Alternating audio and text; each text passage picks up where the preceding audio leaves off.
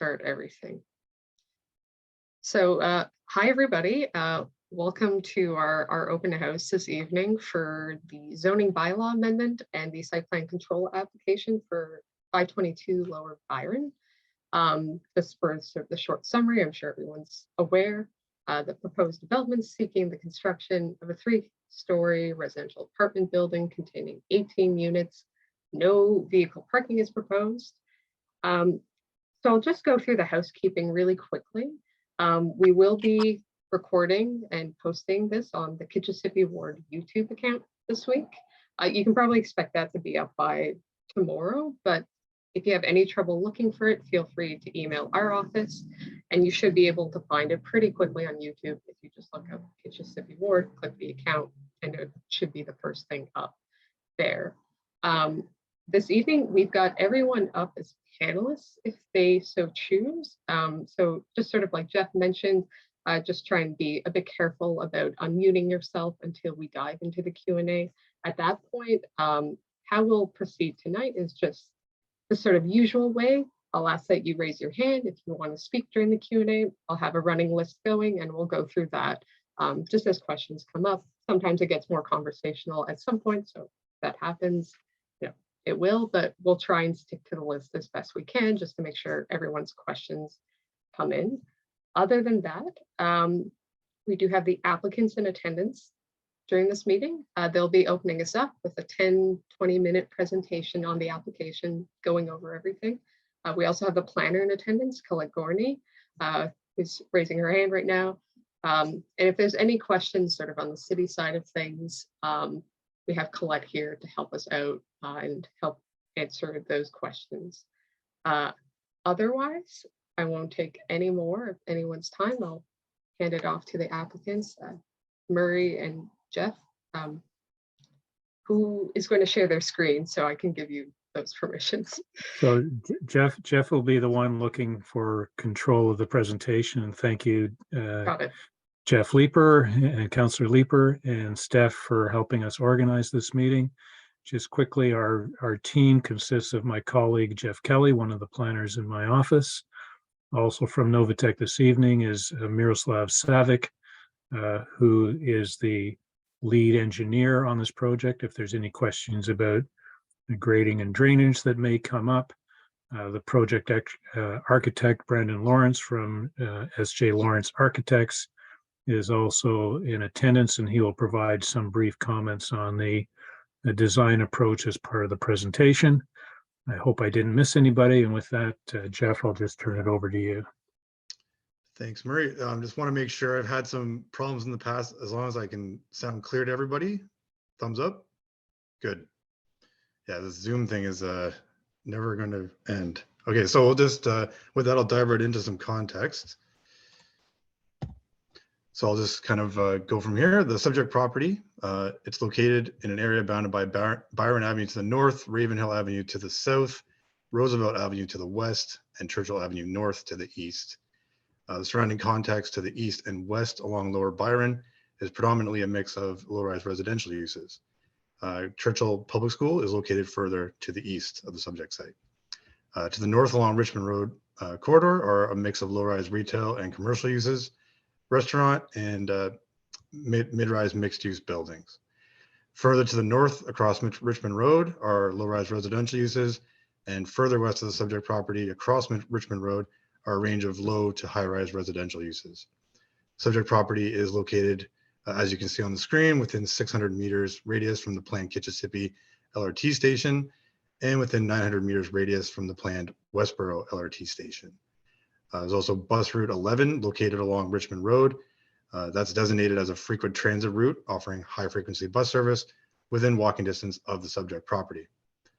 Richmond Road, Churchill Avenue North, and Byron Avenue also provide connections to the city's active transportation network from the subject property. Subject property is designated neighborhood and evolving neighborhood overlay in the interurban transect of the official plan. Policies of the official plan are supportive of low-rise intensification on the subject property.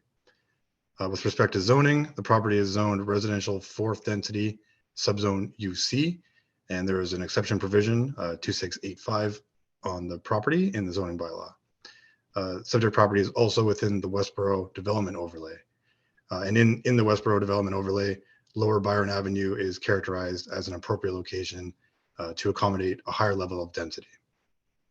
So the current zoning on the property permits development of a low-rise apartment building with 9 or more dwelling units. So based on the existing and planned context, the official plan designation and zoning, subject property is suitable location for low-rise intensification. So with respect to the site plan, it is proposed to develop a 3-story residential apartment building containing 18 dwelling units on the subject site. There is no residential or visitor parking provided. 9 bicycle parking spaces are provided, and through comments from staff, we are looking at additional bicycle parking spaces to be considered within the building. A minor zoning bylaw amendment application is required to facilitate the proposed development through establishing site-specific zoning provisions, which include a decrease to the minimum required rear yard setback, a decrease to the minimum required rear yard area, an increase to the maximum permitted balcony projection, and that's above the first floor in the rear yard. And also, as mentioned, a decrease to the minimum required resident parking spaces and a decrease to the minimum required visitor parking spaces. And as mentioned previously, a site plan control application is also required to facilitate development on the property and has been filed as part of the submission. So I'll just go through a few points with respect to comments received from the initial submission. First, with respect to the provision of no resident or visitor parking, the combined minimum number of parking spaces required for the proposed development is 4. That's combined between resident and visitor parking. The decision to provide no off-street parking spaces is in response to the proximity of the subject property to the planned Kitchissippi and Westboro LRT stations, with the location of the subject property being a short walking distance from the Kitchissippi LRT station. The location of the subject property is also within 300 meters walking distance of transit stops on bus route 11 and is within a prime location to encourage the use of actual transportation and transit options over the use of private automobiles. And I'd also note that lease agreements for the future development would specify that two potential tenants that no parking is provided on the property. Second, with respect to the reduced rear yard setback, the provisions of the zoning bylaw require a minimum rear yard setback of 30% of the lot depth. That would be a 9.12 meter rear yard setback requirement from provisions of the bylaw. The proposed rear yard setback that we are seeking is 5.86 meters to the building facade, and that's on levels 2 and 3 of the building.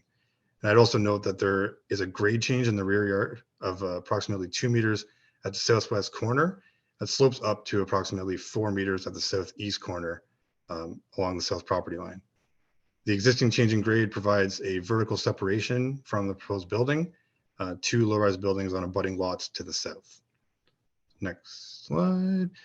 So third, regarding the reduced rear yard area, zoning provisions require that the rear yard is to comprise 25% of the total lot area, and relief from the zoning provision is required to decrease the minimum required rear yard area to 21.2% in order to facilitate the proposed development.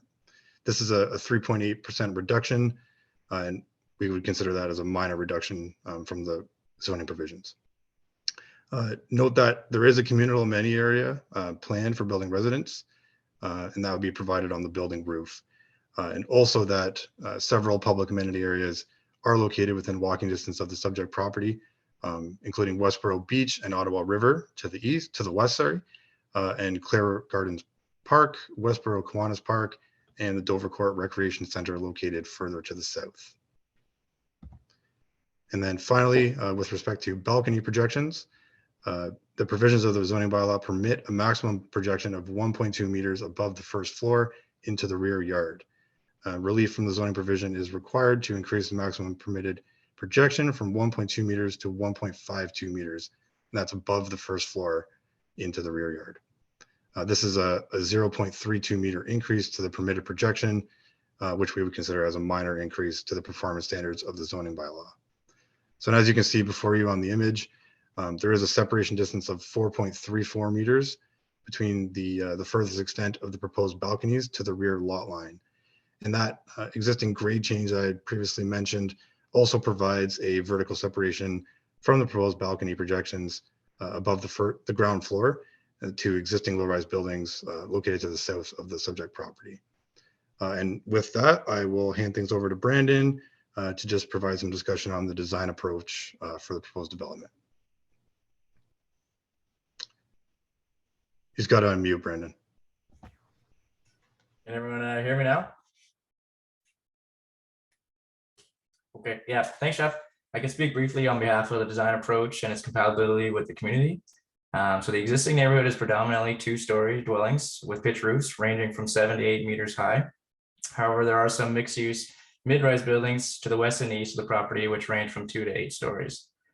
The proposed development is 3 stories, complete with a finished basement. Currently, there's a total of 18 residential units proposed, which would vary from studios, 1-bedroom and 2-bedroom apartments. Development will also include a rooftop terrace. We believe the development will bring urban rejuvenation, intensification, and a range of affordable housing units, as well as a new standard for the future development of the area. We explored a series of design strategies to help make this design fit within its surrounding urban fabric. Some of these include the following. So building massing, so we introduced a series of setbacks and protrusions, as well as balconies, which help break up the overall massing and help animate our facade to create an interactive relationship with Lower Byron. We also introduced a datum line at the top of the 2nd story to align with the adjacent properties, which also provides a material break for the upper floors. The corner balconies and proposed landscape will soften the facade and building edge to help transition to the adjacent low-rise dwellings. Our team has put significant effort into the site design to maximize the amount of amenity area provided, as well as to keep housekeeping items such as waste management towards the rear. The current design does not provide any surface parking as it tries to promote public transit and bicycle usage. So I think Jeff mentioned we are looking at stacked units, so we can double our count for the bicycle storage. As for materiality, the existing neighborhood consists of an array of building materials and colors. We decided to go with a neutral color palette to blend with the adjacent gray and beige dwelling units. Our building is predominantly masonry with some fiber cement panels as well as metal wood siding. All these materials contribute to the overall quality and longevity of the building. In summary, we believe this proposal will enhance the existing streetscape and provide urban intensification, which is in great need right now. That's all I got from my end. So with that, I'll just, we do have some elevations. I can just quickly pop through those. And otherwise, we'll just thank you for your attention and look forward to answering any questions you may have. If I can just add something to the presentation, and then we'll get into the Q&A. I just wanted to point out to everybody in attendance this evening that this is the first application of this sort, obviously, on Lower Byron, but it is in direct response to the recommendations and the conclusions that came out of the Westboro planning study that was a result of some concerns about the types of infill intensification that are occurring in Westboro. Just around the time of the last election, as I recall, Councillor Leeper, was when you brought before council the interim control bylaw that led to that study. That study recommended that Lower Byron be rezoned to an R4 to allow for low-rise apartment buildings in excess of 9 units. So although, at the moment along that street, you see mostly singles and maybe some duplexes, and the 3-story apartment building may feel a little out of character for what's there today, this is exactly the form of housing that was recommended for approval coming out of that study. And I just wanted to provide that background context. So thank you very much. Thank you, Mary, Jeff, and Brandon. So just to quickly reiterate before we start going with the questions and raised hands, just because I've seen a couple of people join the meeting. If you're currently a participant, I'm just going to ask if you want to be added as a panelist. That way you'll be able to speak verbally and ask your question that way. as people have already been doing, we just ask that you raise your hand if you want to ask a question. I can see we've already got a few, so I'll go in order of those. And I'll see if anyone else wants to join. So Jennifer, I saw your hand go up, so if you'd like to lead us off. Yes, thanks so much. I just put my hand down here. Yeah, there's a lot of concerns. My husband and I have raised our family on that street, been there for 30 years, saw lots and lots of construction and intensification in our area. And I would, the argument about that it fits in with intensification, I would argue that there are thousands of units coming into Westboro on busier streets. I would argue that Lower Byron is unique because it is a dead-end street. I am very concerned and know that we cannot handle that traffic, and it's naive to think that you're going to get 18 units there and 18 people who don't have a car. And even if some utopian world when the LRT might be running, what about Uber traffic? What about if it's seniors that are in that building and support people that have to go in there? You're going to have people with a certain level of income to be able to afford the rent there. Another point would be that then 2 people might be living in the units. So then we're talking about 36 people. And, having bike racks or whatever, in my experience, all the people that have bikes in our area don't put them in bike racks because they're afraid of being stolen. So right now it is a one-way street. We don't want to lose the trees or the green space on the street. It's a one-way if there's parking, and I think there's 6 or 8 spots, you would know better than I, on the street. In the winter, it is a one-way street because of snow removal.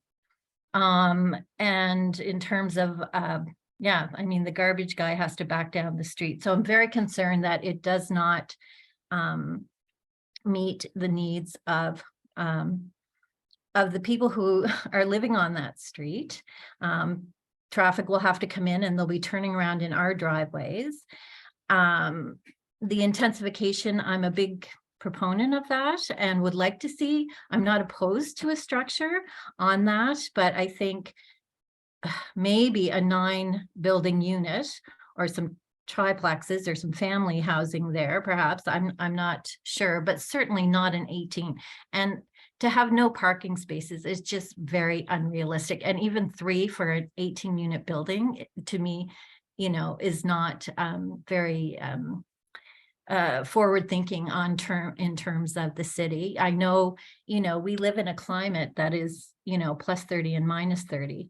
And even the green space on the roof. And again, I know because I have 20-year-olds that live in buildings in the neighborhood and pay the rent, never use the space upstairs.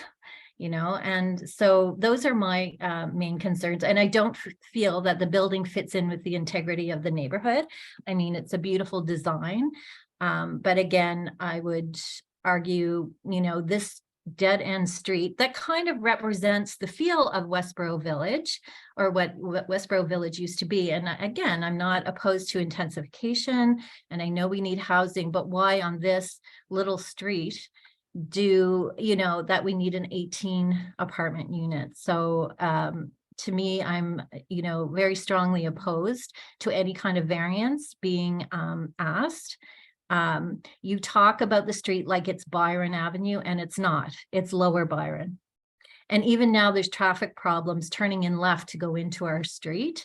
If there's one car there that has to turn in, the street gets backed up on Byron. So those are my concerns. And and I'm wondering moving forward, how much of a voice that we have in the community with the city.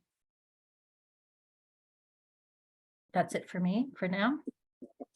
So Steph, if I may, and I want to be clear, I'm not trying to be combative. I just want to be clear that a decision was made by council following extensive public consultation less than, I'd say, 2 years ago to rezone these properties from either an R2 or an R3 zone. I can't remember what it was at the time, to an R4 zone to allow for the low-rise apartments to be developed I along. heard that from you before, Murray. I don't think you have to say it again.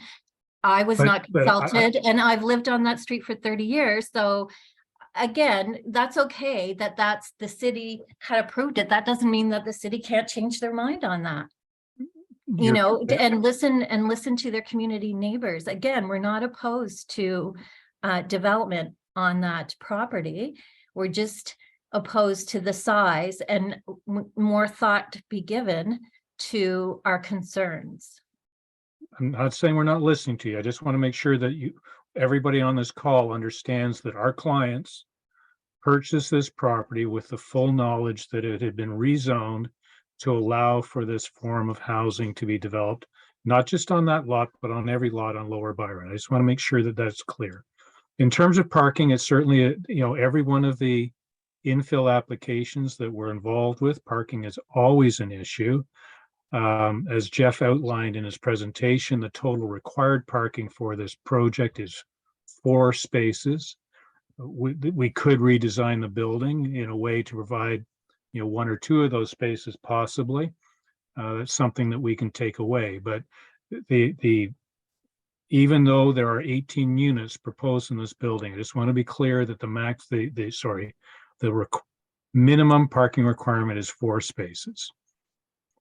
Right. I'll And leave so it at that. can we get 4 parking spaces?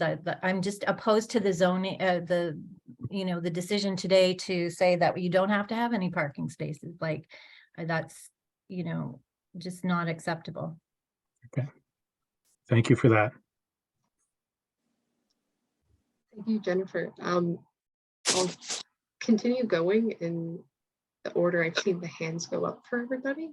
I have Karen next, if you'd like to unmute yourself and go ahead and ask your question. And thank you again, Jennifer. Am I unmuted? You are. Did I get it? Okay. Yes. Good. I'm still Zoom challenged. And the display always looks to me like we're on Hollywood Squares or something to age myself. So I have to get used to this setting. Murray, I want to speak to the comment that you just made with respect to your having worked within the provisions of the new overlay. So that is my question. If we're working within the provisions of the new overlay, can you explain to me, and by that I mean for other folks who are sitting in, that there is a sort of an upzoning going on that has happened on Lower Byron. So the planner advises his client to build up to the limits of that, I'm imagining. Why must you propose going above the limits of the new zoning? What is the unique characteristic of your project that requires you to ask for relief of some 4 meters in your rear yard setback, for example? What is it about the requirements of your project that makes you feel you can't have any parking spots? Where are you coming from on that? Because that's the part I don't understand. Karen, thank you for that. And I appreciate that you've been diligent in following this process over the last 3 or 4 years. So there really are 2 basic areas of relief that we're seeking. One deals with the rear yards setback and area, and the other deals with parking. And so just to deal with the rear yard setback and area, and it's not our decision to design the building this way, it's our client's decision to design this building. And then the question is put to us as to whether or not we're comfortable supporting it under these circumstances. And I think what's unique about this property, when you talk about the rear yard and its relationship to the rear yard neighbors, is the rear yard neighbors up on Ravenhill are much higher than this property. And so that we aren't dealing with the typical issues of overlook and invasion of privacy, because those homes, or that home that's behind us to the south, is significantly higher than this building. And so that our clients saw that as an opportunity to build a slightly larger building in terms of the number of units, and they're looking to get a reasonable number of units for the project to be viable. So that's their thought process. But our thought process is that given the unique geography that we're dealing with here, that we're comfortable supporting a reduction in the rear yard setback and the rear yard area. With respect to parking, I won't reiterating what Jeff said, and this is an argument that we make, quite frankly, not when I say we, I mean planners generally speaking, and for the most part, staff are supportive, is to reduce parking in areas that are very well served by transit, where, you know, there's a clear direction from council and a clear direction from staff to try and get people out of their cars onto transit, using bicycles, walking, all of those other active forms of transportation. And there certainly are some members of council who believe that if we don't provide the parking, then people will actually take the bus, take the transit, ride their bicycle, and not have cars. Now, it's going to take some time for that to people to adjust that way, but we're comfortable in this location with the building, and our clients obviously are comfortable in this location of developing without any parking. You know, I have other clients building in other areas of the city that aren't as well served by transit who would never propose a building without parking because they wouldn't be able to rent the units without providing some parking. But that's not a concern of our clients in this location. They're reasonably comfortable with building or developing a building without parking when it's this well located in terms of access to transit. That's the thought process. Not everybody's going to agree with it, obviously, but that's the thought process that brought us to this point.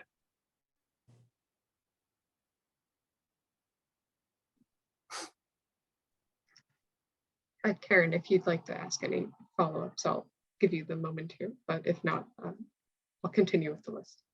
Sorry, Steph, if I may, Karen, you posed a question to me earlier today, which I then passed on to Colette with respect to infrastructure. She's prepared to address that today. Did you want to pose that? I can, sure.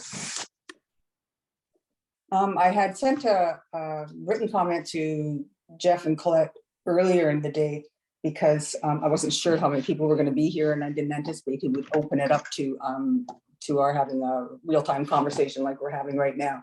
So I sent it in advance in case we were chatting and typing in our Q's and A's. And what it was given the new zoning that Murray is speaking to, this is the first through the gate, possibly, and I don't want to say it in an alarmist way, but our zoning does require that will allow now for larger buildings with greater density, and this is the first one to come in under the new zoning. Will there be more following it? Probably. So I'm concerned that any infrastructure that's being run in there to support, say, the solid waste sewage is adequate for 18 units, and that there's not, for example, an extension going on or some sort of Band-Aid. I don't know anything about infrastructure, but I was looking for some assurance from the city that it would be done with some consideration to future development along Lower Byron. What can the engineer perhaps assure us about what is being supplied now to this first build and what we might expect in terms of having to open the road up again to keep adding to it as the beat goes on? Does that make sense? Yes, thanks, Karen. So generally, through the review of this application, the applicant has submitted studies that are being reviewed by our city engineers, who the one who reviewed it is actually here today, and I'll allow him to speak to it if I don't cover it all. But generally, through the zoning and the site plan, we assess whether the existing services have an adequate capacity to basically facilitate the development.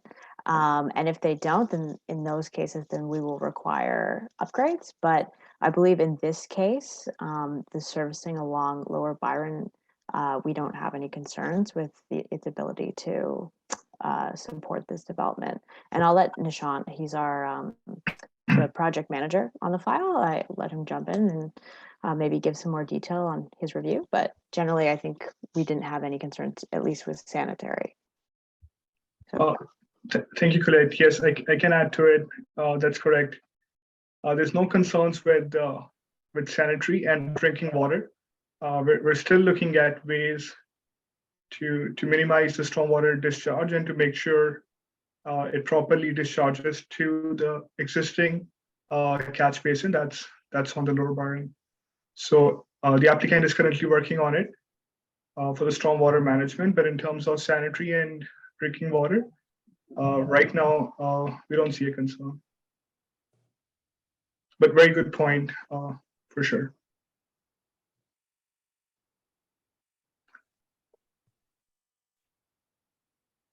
Thanks, Sean. Any follow-up, Karen? I'll just say, and then I'll leave it to the folks who might live closer to the development to follow up on this question themselves if they're interested. I'm concerned because at the corner of Byron and Roosevelt, we have had some surprises following installations where everybody does a servicing report. Nobody anticipates any problems, but nobody's psychic. And we've had a lot of road opening and reopening as we had problems up the road with the level of intensification we've had on this block, as has already been mentioned. It's pretty intense. So we're not confident anymore that we can support all the new development, and just looking for those assurances. So thank you very much for bringing out your engineer, and I'll leave any further questions to the other folks. Okay. Thanks, Karen. Thanks again, Karen. Going to the next person on the list, I have A. Jones. So feel free to mute yourself and go right ahead. Hi, yeah, I live next door to Karen actually. And so I'm right at the bottom of Lower Byron. So I live very close to the proposed property. I'm assuming that this is about concerns of the people in the neighborhood. And I totally agree with Jennifer, because I feel like this structure does not respect the integrity of the neighborhood in terms of the footprint. Is very overbearing compared to the other buildings on that street. And currently there's people parked on Lower Byron on both sides of that street at times. And whether, like, you can say, oh, you're going to encourage people to not have a car by not having parking spaces, but the fact of the matter is it doesn't work like that. People still want their cars, and that is demonstrated now even without an 18-unit building there. And it is dangerous because, like, I think that most of the time, especially people who live on that street, are very respectful of people walking by.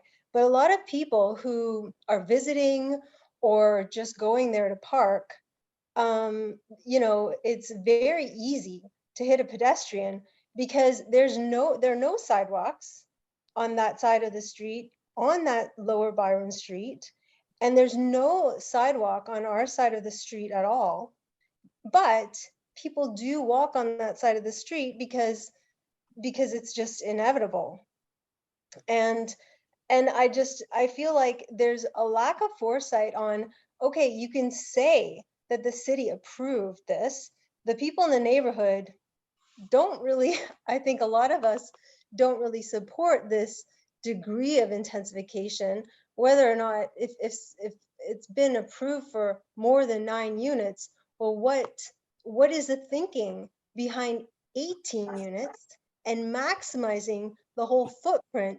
To me, it's demonstrative of what I think that we've seen across, the street on Roosevelt right now, which is these, concentrated number of units, and it's, I don't think that it reflects attracting like families to the neighborhood or high quality renters, even because it's concentrated on bachelor apartments, one bedroom units, like lower units that don't really, they attract more transient people into the neighborhood. So I mean, in terms of all these factors, I feel like to me, it reflects an owner or, taking this piece of land to put as many units as they could possibly fit, including just kind of annihilating the parking situation. And you can say that this is this somehow is okay, but in terms of the street, what it can hold now, and the integrity of it, and the footprint of that lot compared to the other lots, it doesn't fit in at all. And so I think I would like to see it taken back.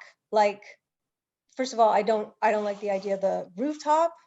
I don't like the idea of that many units there. I think that you're intensifying way too fast, and it does set the stage. So if you have this building approved, then you are setting the stage for the rest of the street. And I do not think you can put that many people on that small of a street. It is a dead end street. It's not ever going to be, opened up to not be a dead end street, because of the way it's designed. So I mean, and it isn't walking friendly. It isn't. It can't. It's you're not designing it for that. So I'm trying to understand, like, where this is. You're plopping this 18 unit building, and you're saying that all of this fits, and it's going to fit eventually because of future plans. But to me, it's like it's taking away the integrity of the neighborhood. You're taking away green space. You're taking, if you just put up a bunch of concrete, you lose the integrity of the neighborhood. The reason why this neighborhood is so nice is because you have a mature residential neighborhood, primarily.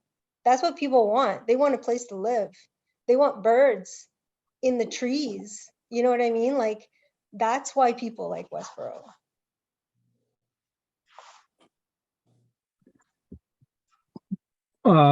Points noted. Brendan, do you have at your fingertips just the unit mix that's proposed in the building right now between bachelors, 1-bedroom and 2-bedroom units? Yeah, I think I do. So we have a total of 5 studio units, 9 1-bedrooms, and 4 2-bedrooms. And I think one of the comments that came back from the city was that they wanted 25% of the units to be 2-bedrooms. So we're gonna transfer one of the studios to another 2-bedroom. So it'll be 5 total. Thank you for that.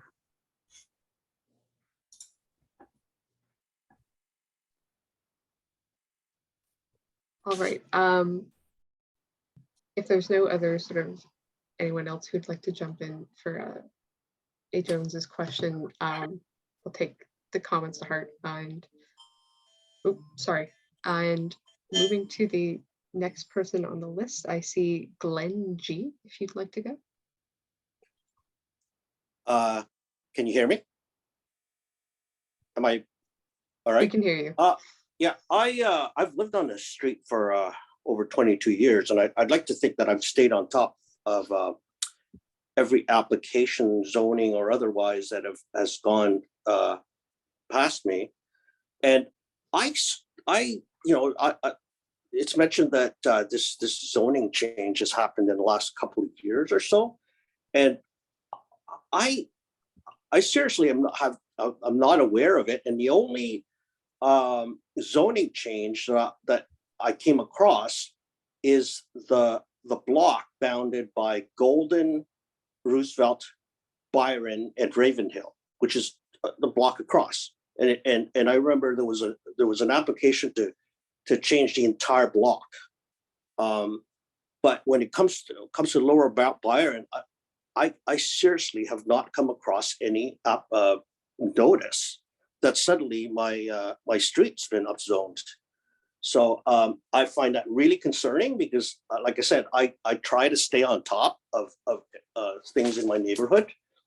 I'd like to see a floor plan because I don't know how you could cram 6 units per floor and retain a quality of space. And we all know that the quality of space dictates the quality of tenants.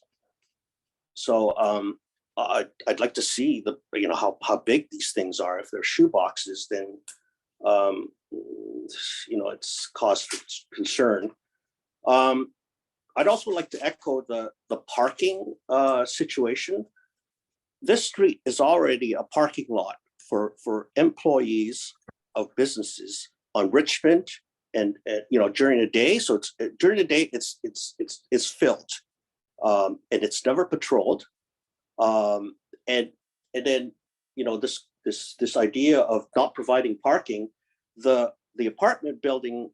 I mean, I live just I can see Westboro Station, that condo building.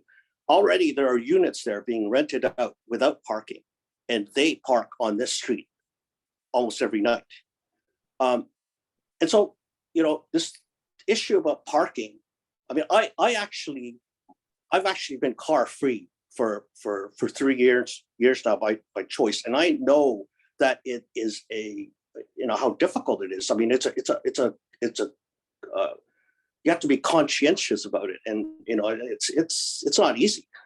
But the thing is, what concerns me about parking is that when there's people parked on the street all the time, that means the street is never swept properly because the sweeper has to go around these cars. It's never plowed properly, so we actually get these ruts. So yeah, that's I pay really high taxes. My taxes are over $10,000, and I live on a street that is not plowed properly, is not swept properly, and it's like it concerns me. Also, there are no storm sewers on the street. They're all the grates are all it stops at 540 Byron, which is I believe the first house on the street. And so everything, like all the belt, basically flows down the street. And because it's not plowed properly, the street is like a skating rink in the middle of winter. And I know there's one other guy in the neighborhood. We actually voluntarily try to open up the drains every time there's a snow melt because the city doesn't do it. So anyway, like I said, this whole 18 units is a bit much. I'd love to see the floor plan, like I said, and also this even the bicycle parking. I'm a cyclist, and I know the average ownership in Ottawa is probably 1.5 bikes per person. So 9 spots for 18 units is just unacceptable. So just quickly on a couple things, we will easily double the number of parking spaces from 9 to 18 in the building as it's currently designed.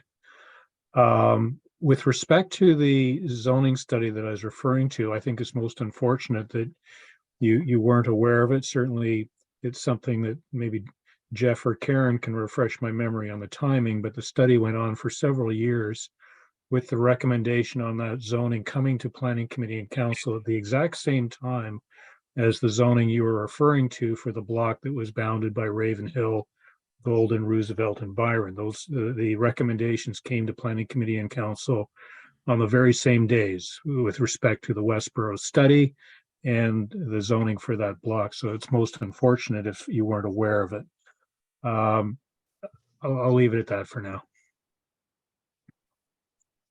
I can speak just a little bit on the floor plans. I don't know if you have a chance to look, but just I don't know the areas calculated, but just looking at them quickly, they meet the typical unit count. So that the one bedroom's around 600 square feet, studios are between 300 and 400, and the 2 bedrooms are between 800 and 900. So they're not by any means any micro units. It's just a compact design.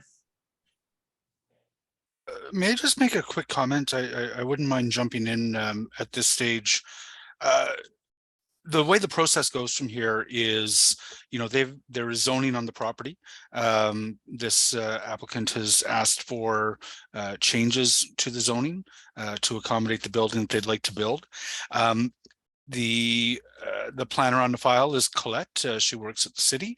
She'll have to listen to the arguments that are being made as to why this building meets with the provincial policy statement, the official plan, the intent of the zoning bylaw, all the various different plans that the city has. And if Colette determines that, yes, in light of all the plans that are in the province and the city, that this could be recommended for approval, she'll make that recommendation to the planning committee. The planning committee is when the politicians get involved. So this will go to a vote first of the planning committee on whether or not to accept the planner's recommendation. And then the planning committee's decision is framed as a recommendation to council. So right now, everything is focused on trying to convince Colette to recommend either for or against the changes to the zoning that are being sought by the developer. But it will become a political issue down the road. And this is where I want everybody to be able to live in Westboro. I've heard some comments this evening about quality of tenant, transient tenants, and certainly the past two councils on which I've sat, and I have no reason to believe that the next council will be any different, sorry, how should I put it? We want everybody to be able to live in every neighborhood, and one of the places where I've seen arguments become very where councillors just let their ears to further their argument is what on the committee and council believe that the expressions of opposition to the development are rooted in any kind of, it doesn't matter to city council or planning committee the type of person who might be attracted to a given development. And a really sure way to close the ears of city councillors who have to vote on it is to make them worried that what they're worried about is rent. My recommendation in terms of how to oppose this, traction that are actually based in planning grounds, but my caution is to fairly quickly stop talking about whether or not renters are transient or whether or not they're quality tenants, because that's a surefire way to get the planning committee particularly to cease listening to your arguments. I'll leave it there.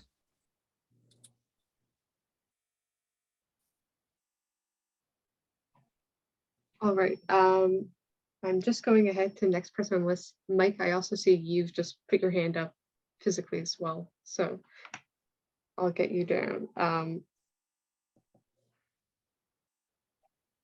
There we go. And just going to the next person on the list, Heather Mitchell, if you'd like to go. Hi, thank you, Jeff, for making that important distinction. I just, guys, I have a couple of things. I'm deeply concerned about the setbacks in the back, and also about it's like I don't know what the word is, but the fact that the people in the back are higher than the people in the front. So you've got an amenity space where it's going to impact the people in the neighbors in behind. You've got an amenity space there. So at what level, guys, will that be? So for the neighbors in the back, when we have the terrace, what level will that be for the people behind them? So the roof. Thanks, Murray. One of the part of the project is a proposal for a rooftop terrace. Now, yeah, I can't remember if we looked at that in detail in terms of its layout, but I think in terms of the views that we want to make available to the tenants would be to the north and not to the south. Absolutely. So we would certainly look at how we could design that space so that they weren't, as I say, to direct the views to the north and block the views to the south. Yeah, but Murray, how does that affect the neighbors behind them? So is that at the neighbors' entrance level? Is it at their living rooms? Is it at their bedrooms? Where does that affect? I'm not sure I know the answer to that question off the top of my head, Heather. We'll have to look at that for you. Sorry, but I need that answer because the neighbors behind, that will affect them. It's the same with the balcony overhang. I need to understand how is that going to affect the folks behind them? Because if you guys are asking for a reduction, I need to understand how that's going to affect the folks behind this project. Like a lot of neighbors, I feel there's no issue, generally speaking, about having a multi-unit department there, a multi-unit development there. It's good, but it needs to be, to me, 18 residences dwellings is a lot. So I'm concerned about the amenity space. I'm also, where are you going to pick up the garbage? Where's the garbage going to be picked up, guys? Garbage will be picked up at the curb. So on the street, yeah. So Yep. I know that the city has talked about this, and I know they've looked at it, but I'm just very concerned. This is a dead end street. You know, people can't even turn around. Cars can't even turn around. It's a big issue. And someone has said, yeah, privacy in the back, and you're asking for a reduction is a big issue for the folks in the back, in the south of the building. So I have a concern as WCA about that. WCA will not comment about parking provided by the development. However, I urge you to listen to the neighbors in the sense that it is absolutely true that visitors and Ubers and that kind of thing, this is a very difficult space for people to negotiate around. Also trees, I notice in your design, so we're going to lose a lot of trees and we're going to get some lilac bushes to replace it, which is problematic. So again, I just overall, I just feel the development is just a little bit too intense. I'm worried about the amenity spaces, which I actually support amenity spaces for new people moving in because you've got some awfully small units. I don't know what a micro unit is, guys. What is a micro unit? Can you explain that to me? And you say you don't have that. So the biggest unit, the smallest unit you have here is what? Brandon, go ahead. I don't have the numbers, but just doing some quick math, they're about 400 square meters. Sorry, 400 square meters. Square feet. Okay. 400 square feet. Sorry, not meters. 400 square feet. Guys, that's really small. And I'm not sure the amenity spaces in Westboro can compensate for that. That is a very small unit. I would rather see you guys expand that into providing a little bit more breathing room. Let's have fewer, let's not have 18, let's have 19 units that have a little more breathing space that will make people feel more comfortable. I'm sorry, I just don't understand. 400 square meters, it's not livable to me. Like, maybe I'm biased, but it is not livable to me. The other thing you talked about, affordable housing. What does that mean? And is that really affordable, or is that just because a 400 square unit, feet unit is quite a bit less than a 2,000 square unit to buy? Is that really affordable?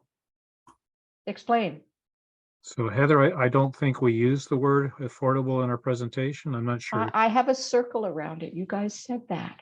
Well, I don't think I did. I don't recall Jeff saying it in his presentation. Okay.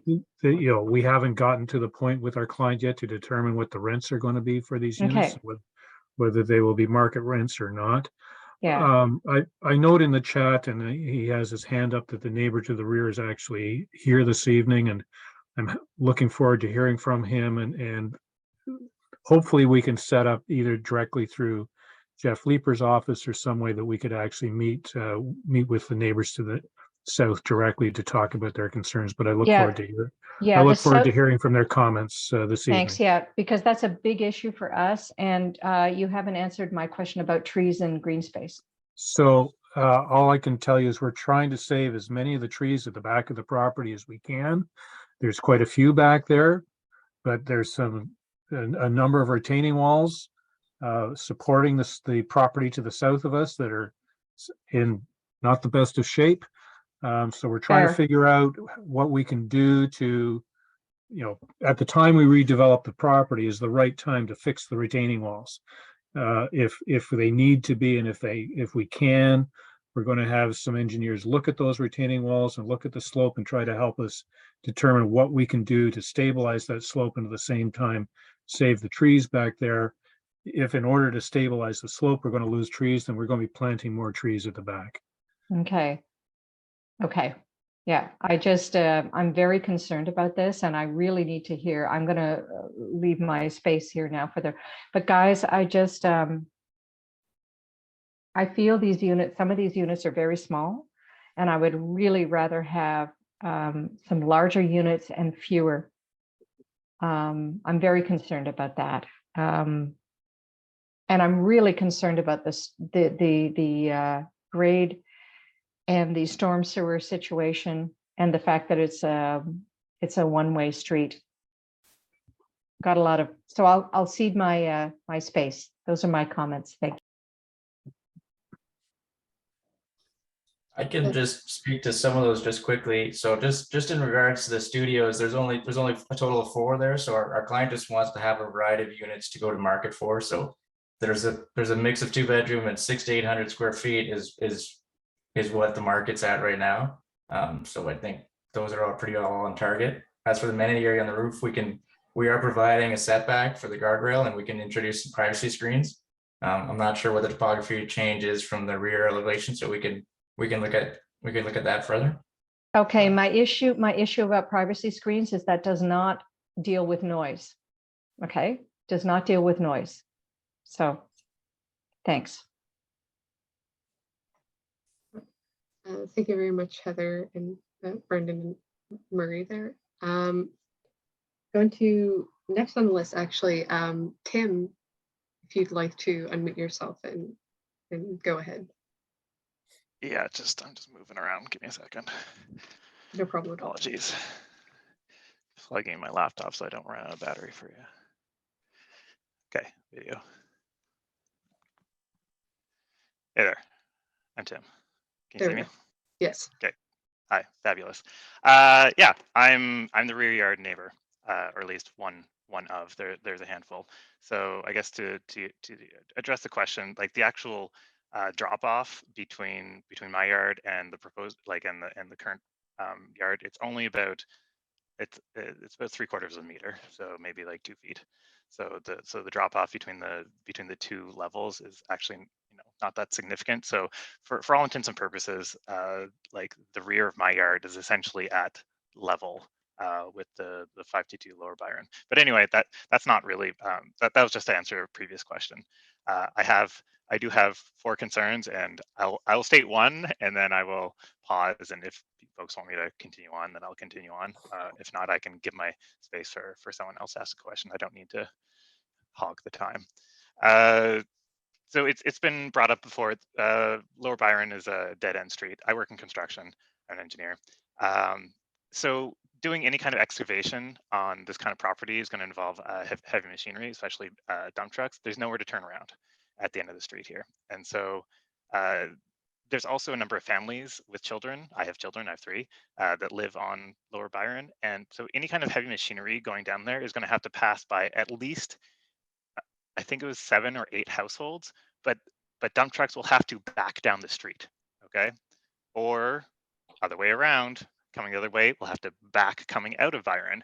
And the construction haul routes, it's actually Churchill. And so any kind of dump truck is going to have to do a U-turn, 180-degree turn from Lower Byron up to regular Byron to get to the construction haul route. And so it's like and the reason why this is a big concern is that I'm going to read off my prepped speech here, is that in Canada, struck by fatalities are the third highest cause of workplace fatalities in Ontario over the last 10 years. And this is by the Infrastructure Health and Safety Association, the IHSA. And so among their recommendations is that they've to avoid operating vehicles in reverse, which is impossible in this kind of scenario here. But then the second is to use spotters. So a really typical construction site, like health and safety practice, is to essentially employ someone or put someone on the road for any kind of backing machinery. And that would apply for essentially backing down Lower Byron. So that's sort of the first concern, the recommendation that I'd say is that any dump trucks and heavy machinery require a spotter. And the only reason why I sort of even bring this up is that, as we all know who live in this neighborhood, there's piles and piles and piles of dump trucks and machinery, no spotters, nowhere. Like I have seen, not to characterize this builder with all the builders in the neighborhood, but it's uncommon, exceptionally uncommon to see any kind of spotter. So anyway, that's the first. It's the risk to pedestrians on Lower Byron for heavy machinery. So I will pause there and. Yeah, so if I may, I think that's an excellent observation and an excellent recommendation. Councillor Leeper always hosts a pre-construction meeting with the clients and the neighbors to talk about operations and safety issues. And certainly I would be recommending to my clients that they do exactly what you've suggested. The pre-construction, are you guys coming with site plan at the same time as the rezoning? Yep, they're both in right now. Okay, so I mean, my urging to Colette would be to consider making that a condition of site plan, although I don't know if the province has left us any leeway to do that, but between a willing builder and a willing city, I'm sure we can get something done. Just quickly in regards to the topography, we have a legal survey, so it jumps up from 70 meters to 73.8. So there's about a 3-meter difference. Well, I think there may be some confusion as to which property is Tim's, so we'll just sort that out. Okay.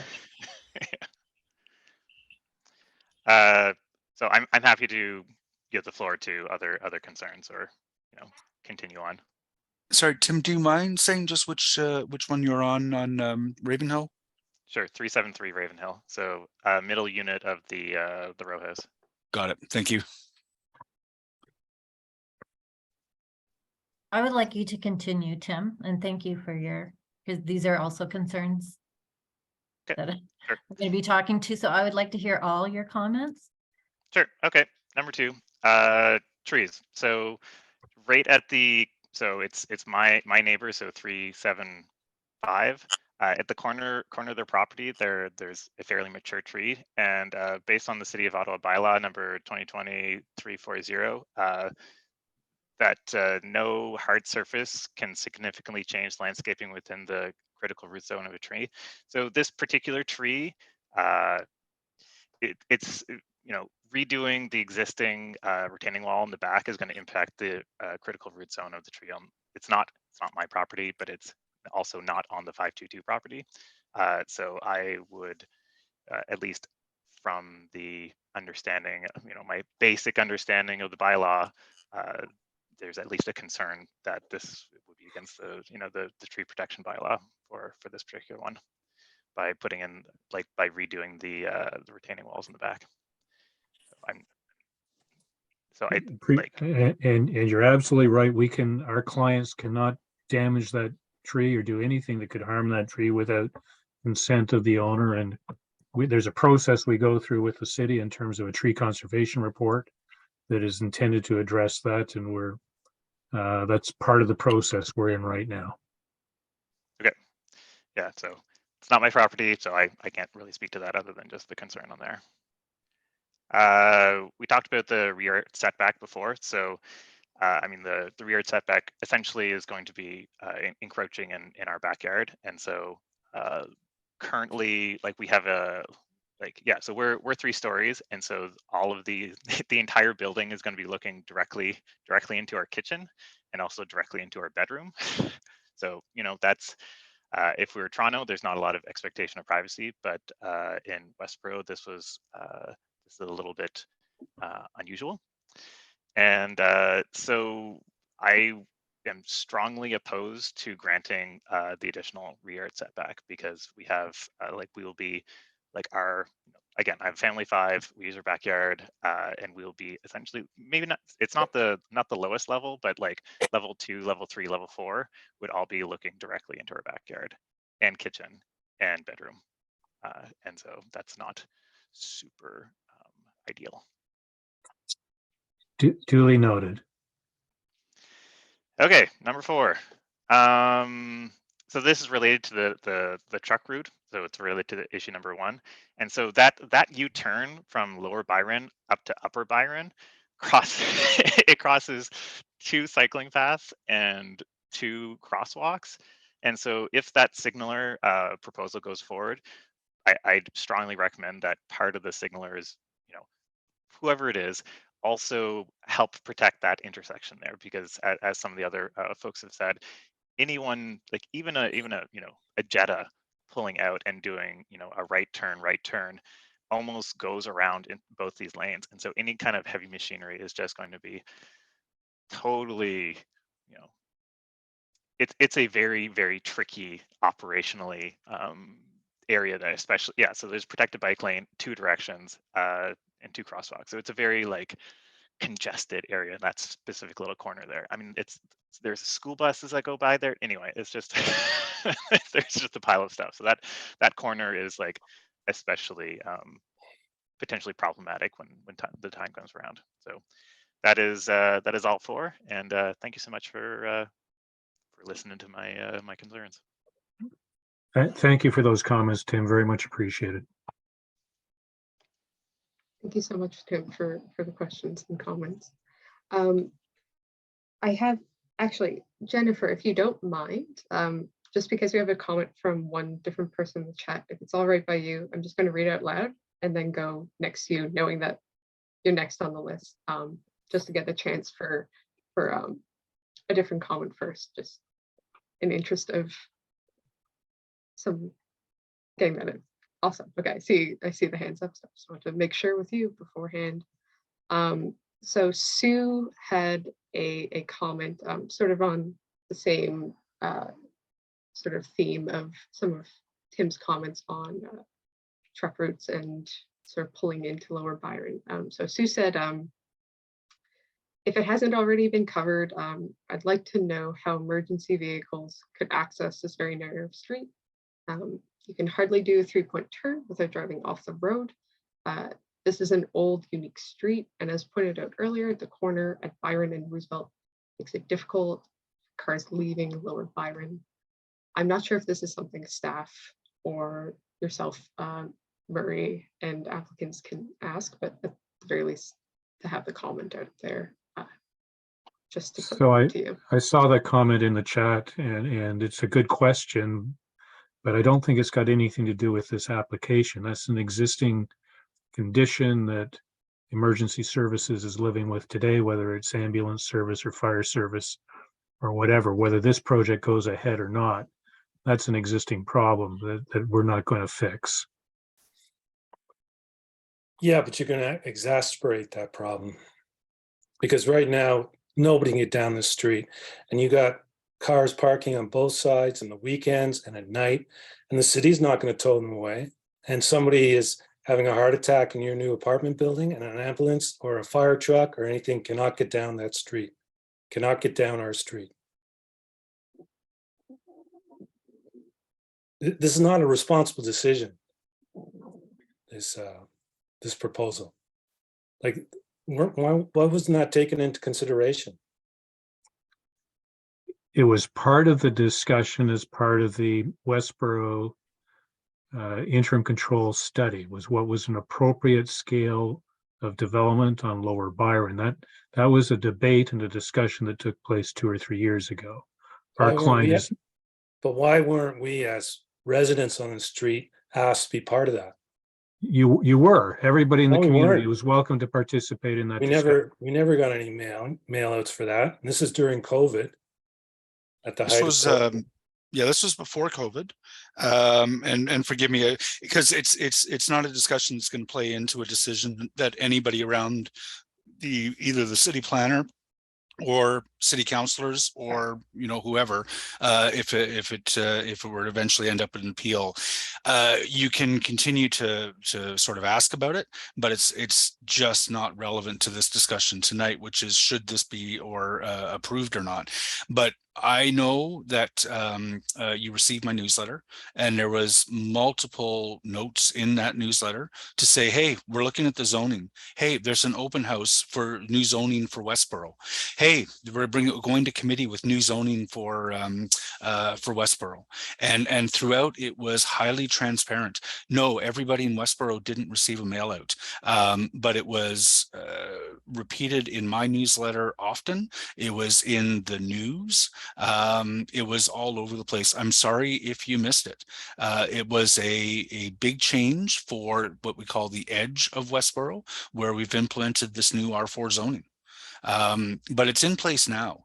And if you've paid any attention to the headlines over the past week and a half from what's coming down the pipe from Queen's Park, there is really no chance of downzoning this property at this point, right? Just take a look at what Ford is doing.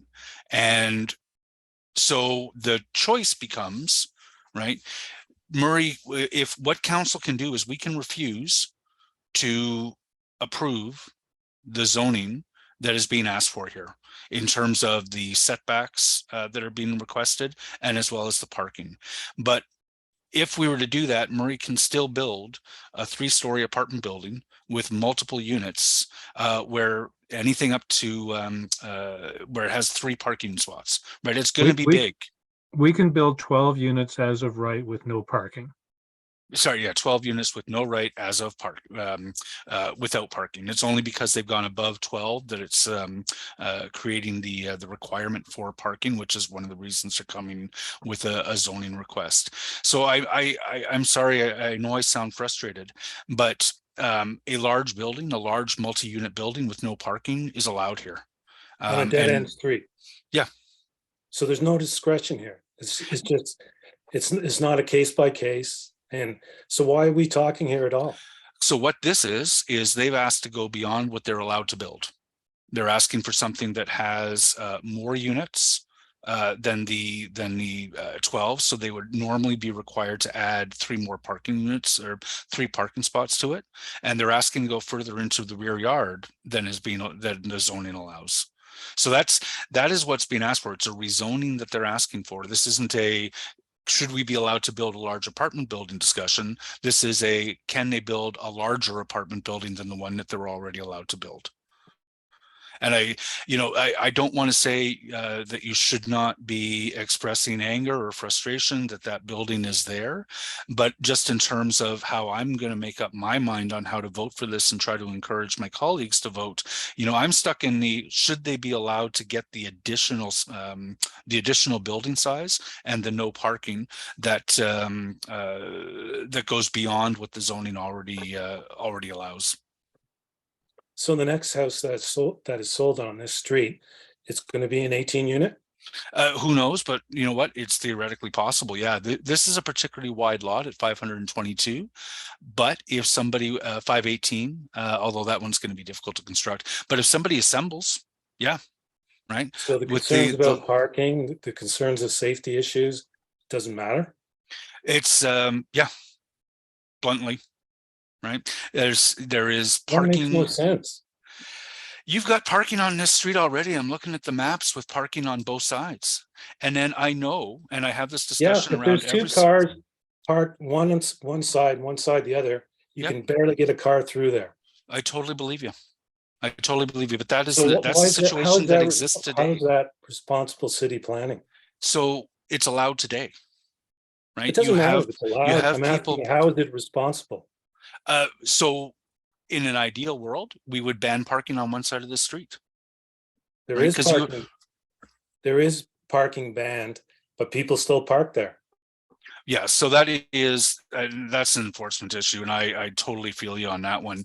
What will happen with this development if it goes through is that some people are going to move in with cars. Half of people who live in Ottawa Centre, who live in multi-unit apartment buildings, don't have cars. right? It's difficult for those of us on this call who have had cars for a very long time. We've raised families with our cars to imagine. But there are people like Stephanie, who works in my office, you know, a young professional who does not Like have a me. car. And, Yeah. Do you live downtown? Do you live in Centertown, Stephanie? Yes, she does. Yeah, exactly. So this isn't Centertown. Sorry, no, So- I live in Westboro and I don't have a car. Yeah, so Okay. there are thousands and thousands of people who live in this ward today who don't have cars.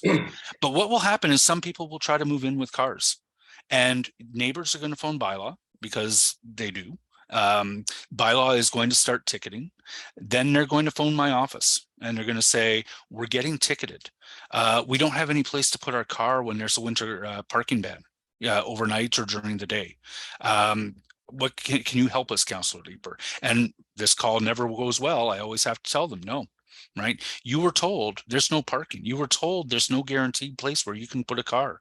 And what happens is they move, right? I've been through this multiple times on multiple Okay, I'm just going to cut you off, Jeff, because you're just giving us a lecture at this point. I'm trying to be respectful. You have to understand that this is our home that we've lived in for 30 years. Understood. It's an emotional, very emotional discussion for us to have. Yep. And so I would ask that everyone be respectful. I understand. Mike was challenging of our feelings. Yeah, well, because And- this is an irresponsible decision. Murray, tell us how we will benefit as homeowners on this street with your apartment complex. How will we benefit with that moving into our neighborhood, onto our street, onto our small dead-end street? No, I obviously don't have an answer for that question. Why not? Because what my clients do, and not just this client, what my Can you just clients leave are your doing. client, please, just be transparent. And if your client's here, let them speak. Like, are you a lawyer? No, I'm not a lawyer. I'm a Okay, so municipal. client, who is it that you're talking about? Let's be transparent, and I'll tell you why. Because we got these little handwritten children's note asking if we wanted to sell our house. Well, I know damn well it was your client who is giving out those things. So you can understand, again, this is our home, we're on our street. Again, we're not opposed to development on that site. I used to work with the homeless. I am all big on intensification and affordable housing, but I know that's not going to be like subsidized housing on our street, right? No one's building in Westboro for that. So they're going to be charging market rent. You know, the other, so I, don't even, go down that road. I'm not worried about who rents or the size of the unit at all. We're not opposed to development on the street. We are opposed to this variance. There are lots of concerns, and I'm concerned too as a woman and safety on that street. We had the women safety initiative come in years ago and say there's a safety issue for women on the street, because if you get caught at that dead end, and again, Murray, I know this problem was there before and the city didn't listen to us, and maybe that all got pushed through with Mayor Watson, but we have a new mayor in town and new councillors. And, it's again, disrespectful to say, well, this is done and there's nothing that you can, do about it. I understand the conversation tonight is about the variance, and I'm hearing strongly from everybody that they're opposed to the variance. And I would hope, Jeff, as you as our representative, would be taking our concerns to council and to be hearing that.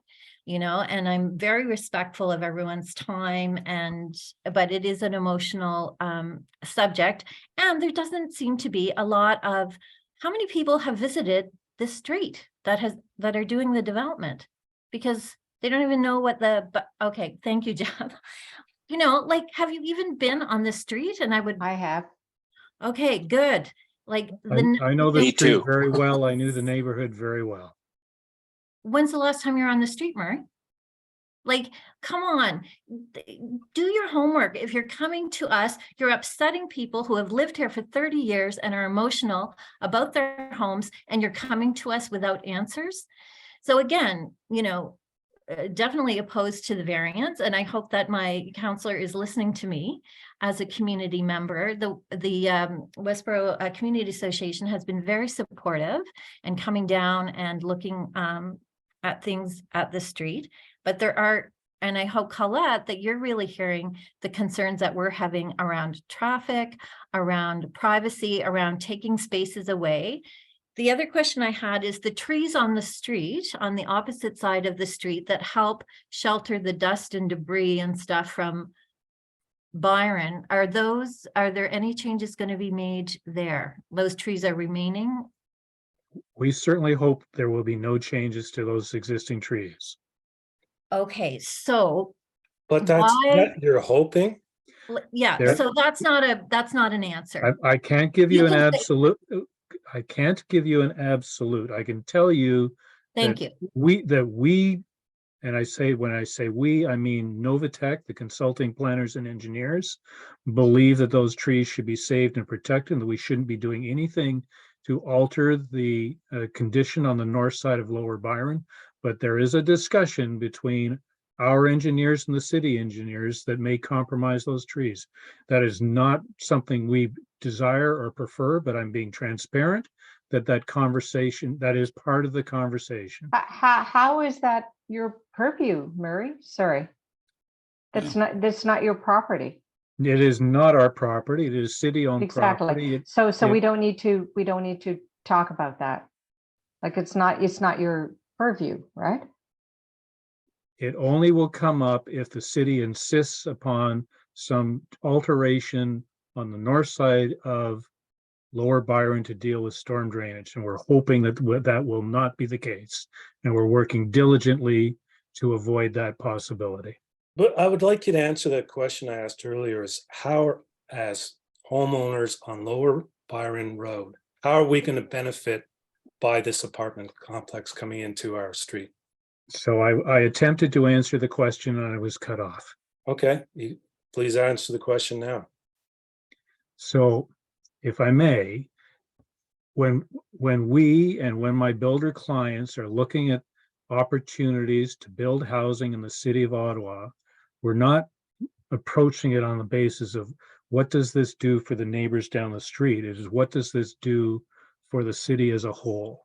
And the council has adopted a new official plan, which was just approved by the minister last Friday. It took a year for that to happen, but they have adopted a new official plan that relies very heavily on intensification in existing neighborhoods to support transit, to encourage people to use active modes of transportation.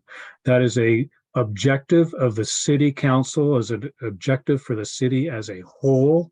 And the home builders, not just the client, but the builders on this application, the home builders across Ottawa are the people who have to make that happen. We are the people, or my clients are the people who build those new units in the existing neighborhoods to meet the goals and objectives of the city's official plan. That is what we are doing. That is what my clients are doing. And that's what they're doing in this case, is they're working towards achieving the targets that are set out in the official plan for intensification in existing neighborhoods. It's an objective for the overall good of the residents of the city of Ottawa, both in terms of the residents and the businesses, to encourage more growth, more population in the existing neighborhoods. But don't you think this is a special case with a dead end street when there's not two-way access? Like, why isn't there any? 100%. I mean, this is a unique case. I would ask the city, I would ask Colette to review very carefully about everything from the storm sewers to what Tim has pointed out, the reductions in the south side. It's problematic. It's problematic, and we need to sort this out. I'm not comfortable with this. I take what Murray is saying, but and as Jennifer has said, and as Mike has said, and as many of other people have said, an apartment building there that is 6, 7, 9 dwelling units, I think most of us would not have an issue with. But there's a deep problem here, and it's the issue. This site is unique and special, and it has a raft of problems. And it has nothing to do with people who've lived there for 30 years. It has a raft of problems. I ask you to look at that very carefully. And also, I have to say, did I hear one of the units would be 400 square feet? Is that sustainable? Is there anything that we can do to support a 400 square foot unit? I don't think so. I would ask for this to go back and review 9 dwellings with a much more sensitive relationship with the community would be much more preferred here. I'm sorry if that's not up to the planning protocol or provisions, but that's just my point here. I'm sorry. Thank you. I hope you'll listen to that. Thank you. Thanks, Heather, for saying that. And again, and Murray, thank you for answering that. And yes, we all want a better city, but you're talking about human beings and people who live in the community. And it's important that we all, talk about this and work together collaboratively. Like it's not just the city's going to impose this or the province. Well, okay, Doug Ford did impose some stuff, but, let's, talk about this as neighbors in the community. And I come from a small rural community where everyone talks, and there's no reason that we can't do this in the city. And I appreciate, Jeff, you organizing this tonight, which again seems a little bit late, but I know the election happens, but this is just like the initial conversation. And I hope, Colette, that you really hear the concerns and questions that we have. And that, again, Jeff, like how many units are being developed right now in Westboro? Do we have a number? Like thousands. I've lost track. It's thousands. Maybe even tens of thousands. So it's not like this one little unit. Yeah. So it's not like this one little, unit is going to derail the plan of intensification in Ottawa, right? Like, absolutely. So then how can we, and it, is this something that we can talk about together that the developer can still, he's going to make money on that unit, guaranteed, right? Like, because it's Westboro and it's Jennifer, a great location. Like he is going to make money. I'm not worried about that.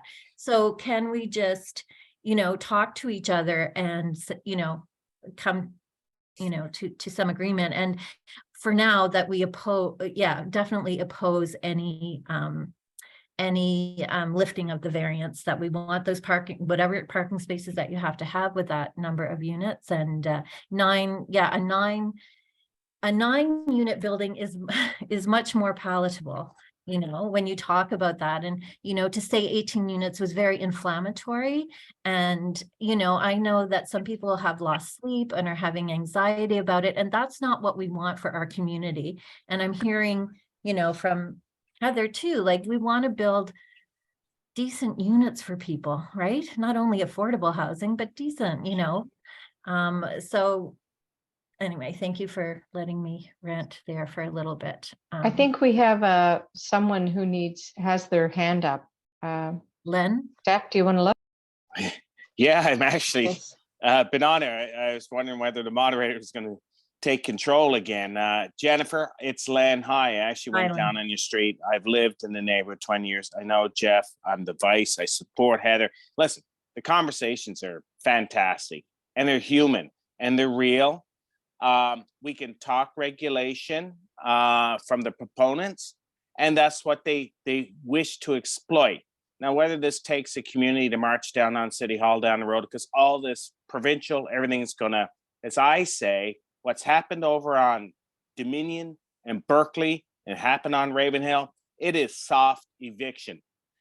There was a community on a little house on the corner of Ravenhill and Roosevelt. Her name was, I believe, Colleen or Maureen that was living there. She got outsized, outscoped, and just like as one of the young fellow who was living on the back of on Roosevelt said, or Ravenhill, these people are going to be looking into my bathroom, into my living room, into my bedroom. What we're having now is this huge scale of a place that's going in which is totally out of context. Yeah, it's all new. Yes, it's allowed by the zoning, but it is bulldozing. It will cause a bulldozing in the neighborhood, people to get uncomfortable, safety issues, infrastructure demand and support that's not there. There's going to be dogs. People are going to get up and move. And you know what's going to happen? Just like dominoes. The houses are going to fall over, and all of a sudden we're going to have 6 18-unit properties there like you're seeing right now. And the type of, listen, I have no problem. We need people, but we have to support family too. We are more than greater west of Kitchissippi is 60% single person households. I can tell you by raising children. Now, some of you may not need a car after you have children or pre-children like I did. But I tell you, you've got to bring a daughter or son to an event somewhere around the city. You need a car. LRT is not going to get you there. God bless the wheels don't fall off or the doors jam like it's happened to me. But all I'm saying is, fine, the proponent exploits the zoning. But 2, it doesn't fit the streetscape. They don't matter with that. They told us it's cold, hard, articulated. It's a lovely looking building, but it's not in the right place or it's not the right size. And those houses that are almost 100 years old or whatever along there are going to eventually give place, because people like you, Jennifer, I hate to say that, or anybody, are going to say, enough, I'm out of here, because the next building goes in, because that little note's going to come in and somebody's going to say, heck with this. It's causing congestion. It's going to make people who are living there for a long time uncomfortable. That's what's going to happen. And you have a turnover, just like Berkeley and Dominion are all about 90% new homes there. And by all high end. We're turning this area into a high end zone. Is it affordable? I don't know, but that's another topic. Anyway, I'm with Heather fully and with you that I think the scale of this project for 18 units is untenable. I think they threw this out to see what the reaction. You've got a very strong reaction. And I will work with you. I will work through Heather, our community association, to push back on this as best we can.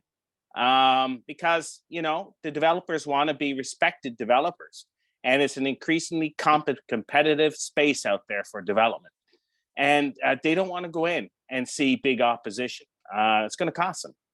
So there's room to maneuver here to make it acceptable for the community and for the immediate residents who voice such fantastic and personal concerns here tonight. Thank you. That's all. And thank you. I want to be absolutely clear that we're listening and Colette's listening, and we will be discussing what we've heard this evening with our clients, and either directly through Jeff's office. We will certainly keep people informed on what changes our clients are prepared to make to the project. So I want to be clear that we're listening.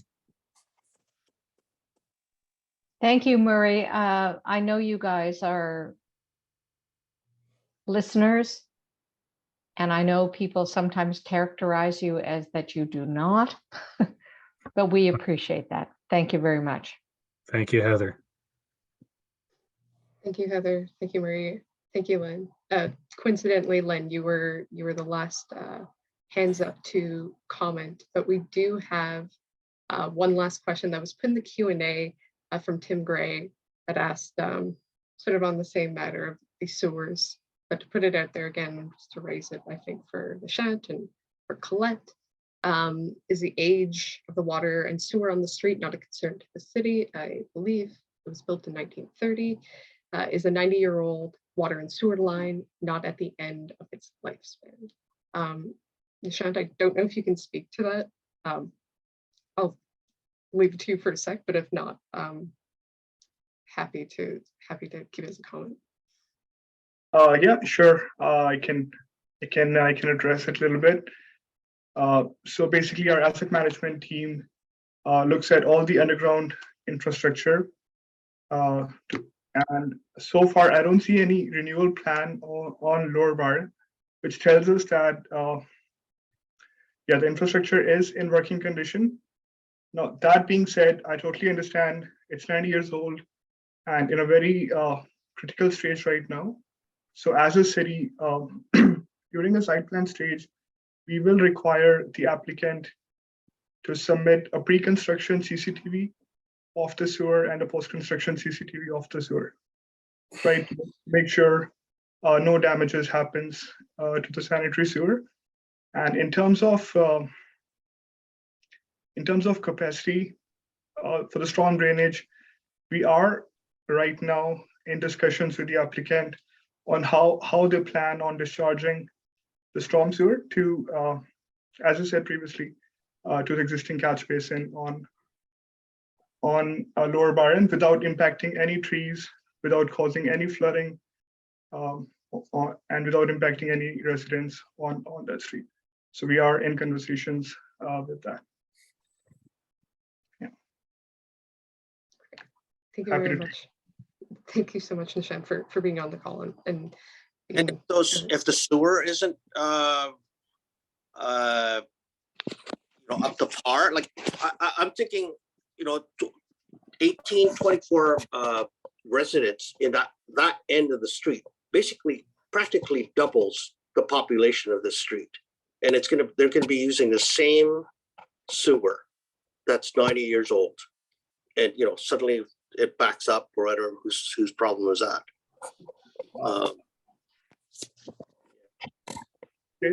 So I have checked with asset management, and we are in discussions with asset management on that. It's currently under review, but what I can say is, in terms of capacity, we are at the upstream end of the sewer, so there's not much flow coming from the upstream end. Like it's just one house upstream of this development, so there's not much flow coming at us from the upstream end, which means the sewer upstream of it is basically it's empty. So with the capacity, as of right now, what I can say is capacity is there in the sanitary sewer.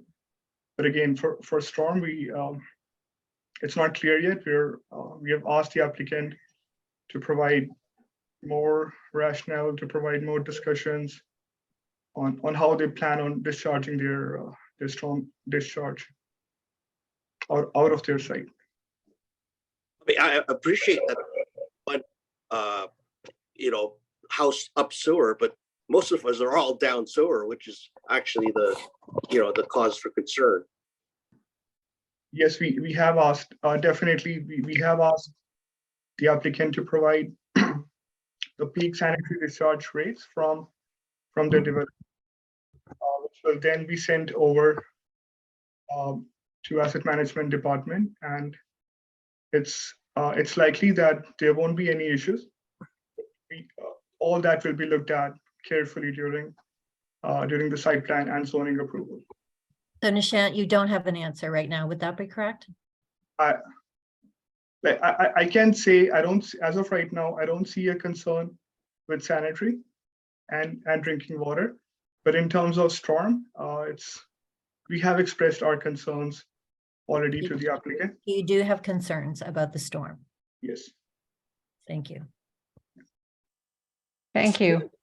What is the timeline for this project?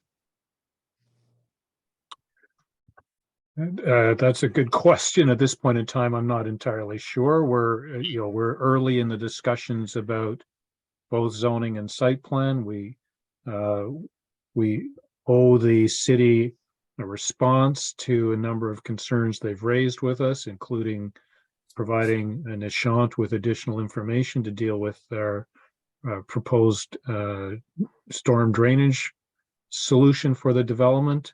There's other concerns that have been raised with respect to the rear yard setbacks that we have to take back to a client. So we've got some work to do. And we'll be making a revised submission to the cities. And when that's going to happen, I don't know. I would expect it will be before Christmas.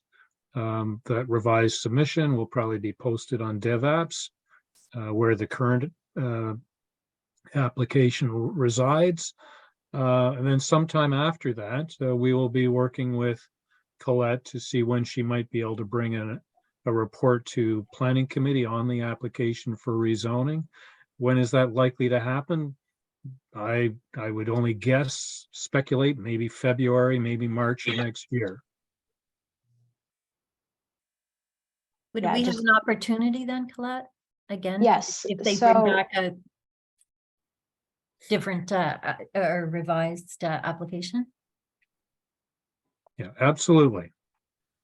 Yeah, the only thing I have great faith in Murray, who's been around a long time and understands what's going on in our neighborhood. But this truly is a unique, Colette, I ask you, and Jeff, I ask you to understand that this is a unique location. There's a lot of issues about the rear yard setbacks, about the difference between the folks in the back. I ask you to consider what Tim has said. I ask you to consider about 400 square foot units, which I've never seen before. I'm not sure this is right for Westboro. We absolutely support having a multi-unit dwelling there. That is not the issue. The issue is the scope and the form. Okay. So please consider that carefully. And also this is not a NIMBY thing. Okay. I'm sorry. I'm going to be very frank here. This is not a NIMBY thing. This is, I ask you to consider this is a unique and difficult location. And I ask you to consider what we've said. And the building, it all looks great, but we have to consider very carefully what is going to put in here. The number of units, the variance of the geography here. Please consider this very carefully and consider what the neighbors have said. They've lived here for a long time, and it's not NIMBY. It's people are trying to welcome people into Westboro in a responsible way that we can accommodate them and make it comfortable for them to live here. Thank you. Thanks, Heather. And I can definitely appreciate that. And I will say that, we do review every zoning application based on the site specific context. So that's what we're going to be doing in this case as well. And the city has already forwarded a number of comments and concerns to the applicant for their consideration and response. And we're just awaiting kind of how they're going to address that. And after today's meeting, I'll be updating kind of the summary of public comments that we've received, just so that they are required to address those as well in the next submission. And then just in terms of what Jennifer was saying, so anyone on the notification list, and I encourage anybody who hasn't sent me an email or Councillor Leeper an email through our development application search tool to do so. And then we'll get you on the notification list. And then when the applicant does resubmit, you'll receive notice and have an opportunity to review all their updated plans and reports. So, and we can provide you a link to all those. So there'll be another opportunity for comment before any sort of recommendation is put forth on the application. So, and I will certainly reach out to Councillor Leeper and we'll talk about whether there's merit in organizing another meeting like we did this evening.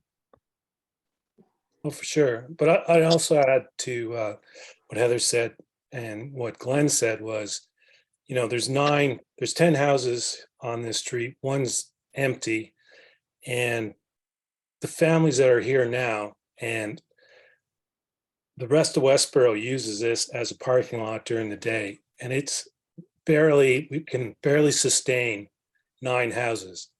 And then you add 18 more, almost doubling, maybe tripling the amount of people on the street. It just won't work. You can't do that. I mean, it's like putting another, it just won't work. It just becomes our problem then, and the city's problem, and then that's going to cost lots of money, right? To manage it, and whether it's emergency services or police accessing or bylaws, like why, again, not to, beleaguer the point or whatever, but, we're not opposed to a structure, but not an 18 unit. It's just unreasonable. And let's do something that's going to enhance it for everybody, for not just the people moving in, but for everybody on the street and for the city. And like I said, thousands of units are being built on other major streets. So this is one tiny little project, and let's try and do it collaboratively. Let's have some breathing room, guys. Not And 18 responsibly. people, nine dwellings. And I think part of the root of this, of the problem here is that much like Mike, I was very much surprised to find out just tonight that the street's been rezoned, like upzoned. And it's, I know you, Jeff Leeper said, oh, you know, it's been fairly transparent. Well, seriously, I haven't heard of it. And, you know, it's kind of almost upsetting that issues like this get better publicity than a blanket rezoning. Because seriously, I don't think anybody in the street has been aware that suddenly this entire street has been like scheduled for high density.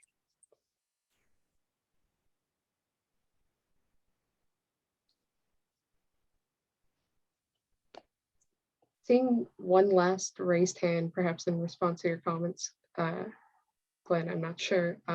Karen, yeah. I saw your hand go up. I don't know if you have a last question or anything you'd like to add. Yeah, I just want to comment on Glenn and Mike's concerns with respect to not having heard of the rezoning. And I sort of understand where they're coming from, although I agree, Jeff, you did the amazing job of communicating through your newsletter and other means. It was in the newspaper at the time. There were all kinds of public notifications sent out and information around the study in general.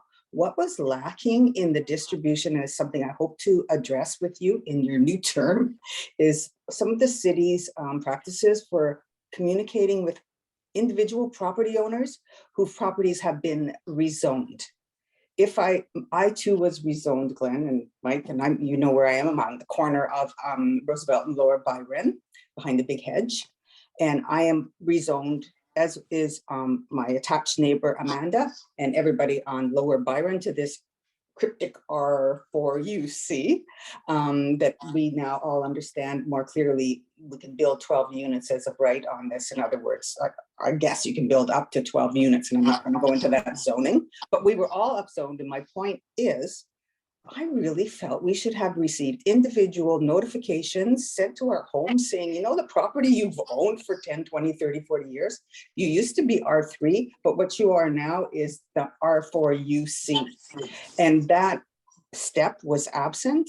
And I just think that it has led to expected confusion up the road. So that was my comment on that whole process. And it's a shame that we are learning this way. Thank you so much, Karen. I'm sure that's absolutely a discussion we can have. And I've got it down here along with a number of the other comments that have come up here tonight. And quickly glancing at the clock, we do have 8 minutes left in this meeting. What I would say is, if there's any last questions to ask, we've still got a few minutes for that. That said, what I'm going to do now, perhaps if there's any sort of last technical questions, any questions on the zoning that are still to come up, give you 10, 15 seconds to let that percolate. And otherwise, for any comments, I've put in the chat both Colette's email, and she's going to be the one that everyone here will want to first and foremost write to with your comments and any questions that come up, but the foremost concern obviously being those comments will go to her. And what we've also asked, as we usually do with these meetings, is that you CC both Jeff and myself. That way we stay aware of what comments are coming up. I think, you know, we've heard a number of the issues here tonight, but generally that's how we go about doing it. And as Colette said as well, even if you only have one comment or a question, sending that in is going to be the way that you ensure you get that notification when a revised submission comes back in. Otherwise, it might be hard to find. And luckily, in this case, once you get those comments in, it's a good way to get that notification. Yes, a revised submission is in, and any new documents, any new information that'll be made available to you. So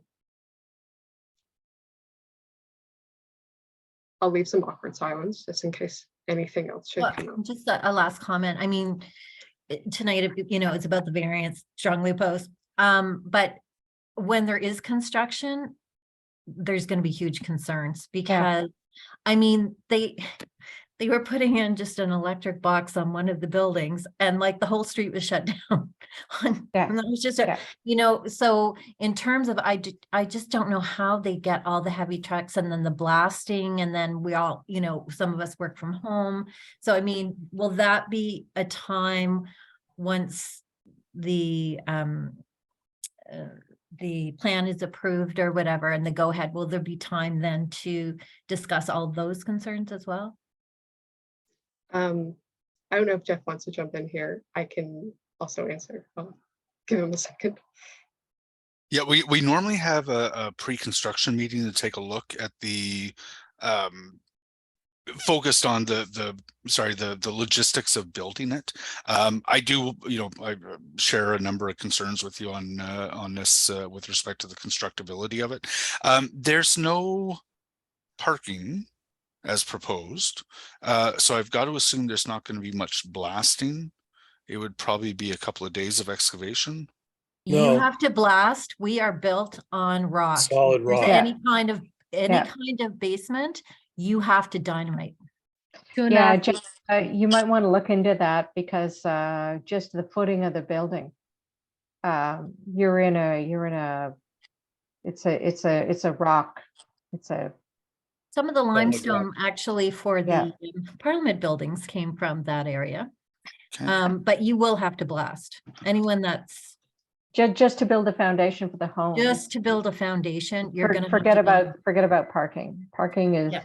I wonder when they're not going down too deep. I mean, you just saw Armstrong, right? You folks watched. You may not have, but unfortunately, that was like a month of rock breaking with the whole ram, right? So it's not necessarily blasting. But they said there's going to be a whole basement apartments. I thought. Is there a sub basement here, Murray? There are basement units, yes. Yep. Okay. Basement units. So are you going to blast then? I'm not the geotechnical engineer. It sounds like there would be blasting. I'm not, most of my clients in this neighborhood are not blasting, but the whole ram, which is just as annoying. But it's worse. Yeah. It's worse. You have to blast. And again, where's the planning? Where's the foresight? Where's the research?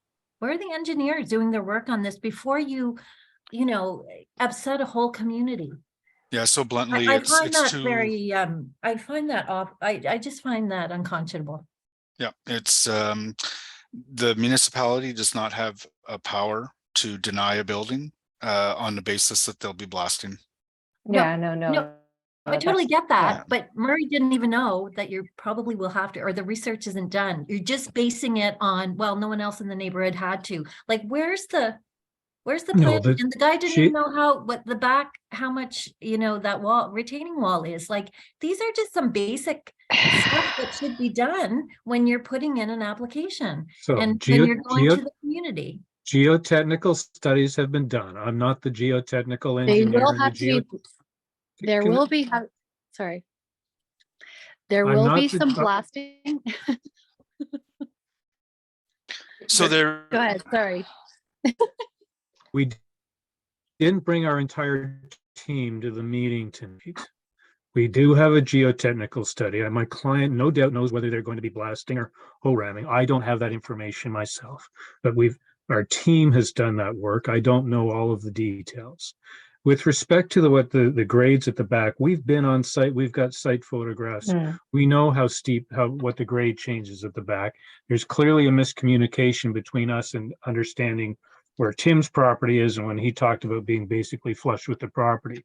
But there is a grade differential back there of, I would suggest, 10 or 15 feet between our property and a house that's right behind the property. So there's some miscommunication there, but it's not because we don't know what we're talking about. There's just a miscommunication.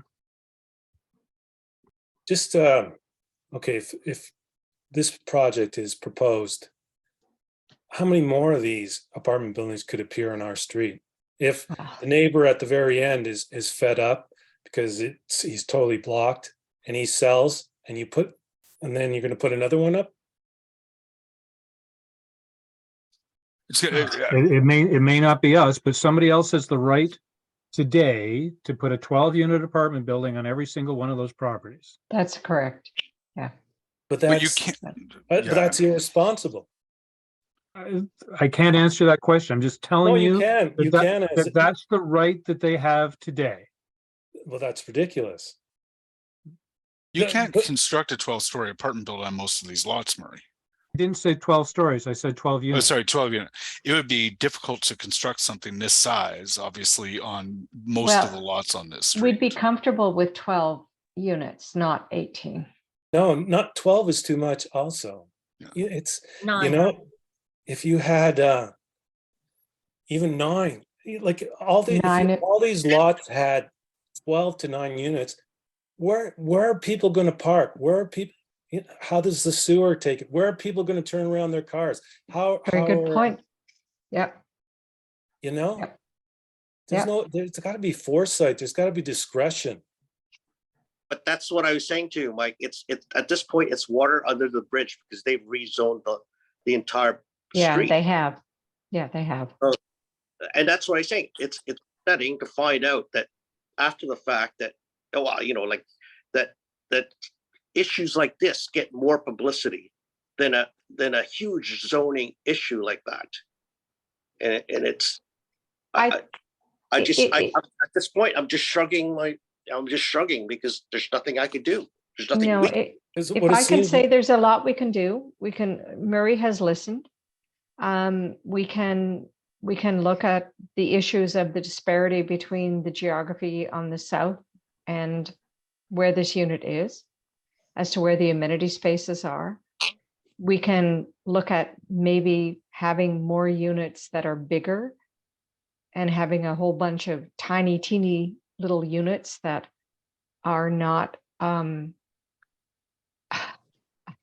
don't think they're affordable. They're affordable just because they're cheap. Let's be frank. I mean, I would rather have larger units that are, you know, and it gets back to Jeff's point about where are we going to try to have affordable units in Westboro, and not just because they're 400 square feet. I mean, that's just they're affordable. They're affordable because they're cheap.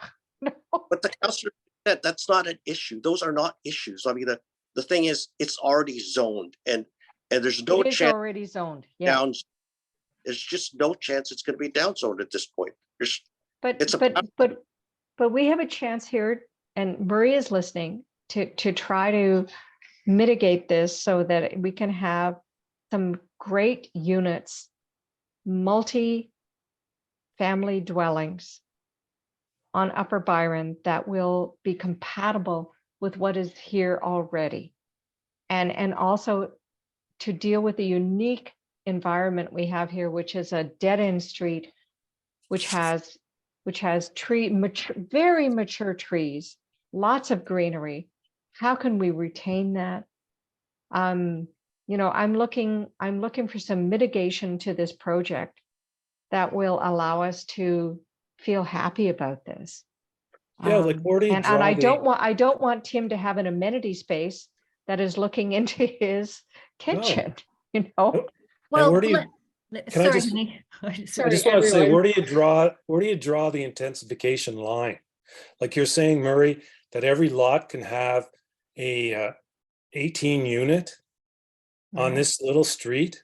It's too much. No, that's not what I said. What I said, and Jeff corrected me, I may even be wrong on this, but what I said was every lot could have a 12-unit building as of right, not 18. Well, how come yours is 18? That's still ridiculous. The difference, the reason I say that is because the 12-unit building doesn't require parking. Okay, so let's say you have 240 people living on this street. On this little street, how's that traffic going to be controlled?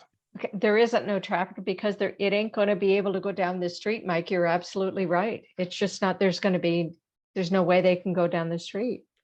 That's right. And how are you going to have We're not- sanitation service? How are you going to have any kind of service? Like, you have to draw the intensification line here. And this little street is not a place to have intensified dwellings.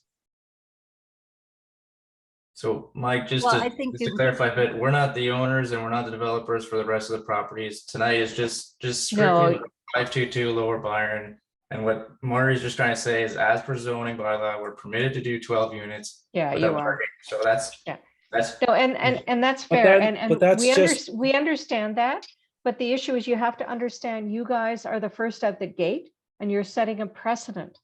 Yeah. You're setting a So precedent. there are many And- reports and studies and done 18 during the process. units, 18 dwellings, with some of the units being 400 square feet, is just not on. I mean, So Heather, I'm nine just gonna correct you. I know. nine dwellings, you know, it might be acceptable. I leave So, that with the Heather, neighbors to just decide. clarify, there's only 3 of the 400, and those are studios, and those are industry standards. So we're making available. to I everyone. know that, I know they're it's- industry standards. I understand that, but industry standard doesn't, that's applicable depending on the circumstances. And you guys have to look at the circumstances here, which is a dead end street, which is, and I understand that people living in a 400 square foot unit are probably not going to have a car. I'm totally down with that. I get that. But they will, this is a very unique situation. And I beg the city and Jeff to look very carefully at this situation. This is a good place for intensification, but 18 units is simply too many. That's my key message here. It's too many, it's too much. And having amenity spaces where they are aligning with the people on the south, where it's going to impinge on their property, is perhaps too much. That being said, people with 400 square unit, they need amenity spaces. So please put 400 square foot units in a space where you can build great amenity spaces for them. That is not here. That is not here. And overhanging balconies, that is not here, guys. Folks, Sorry. No, my staff obviously are being kept late this evening. I know Murray's Sorry, staff are as thank well. you. So You're right. I think we've heard most of the questions, and I would like to make sure that at least my staff have a chance to enjoy a little bit of the evening. So we'll wrap it up here. I've heard your arguments. I don't know how I'm going to vote on this or lobby my colleagues. I am more than happy to get into, how I would see this working if it went forward. Obviously tonight was not that night, but my perspective may not be exactly the same as yours, Jennifer and Mike. Happy to have that discussion with you when you're ready to have it. And otherwise, I just want to say thank you to everybody for coming out tonight, and we'll have this posted to our YouTube hopefully sometime within the next couple of days if you want to review it or send it around to your neighbors. Thank you, Jeff. Thank you, Murray. Thank you.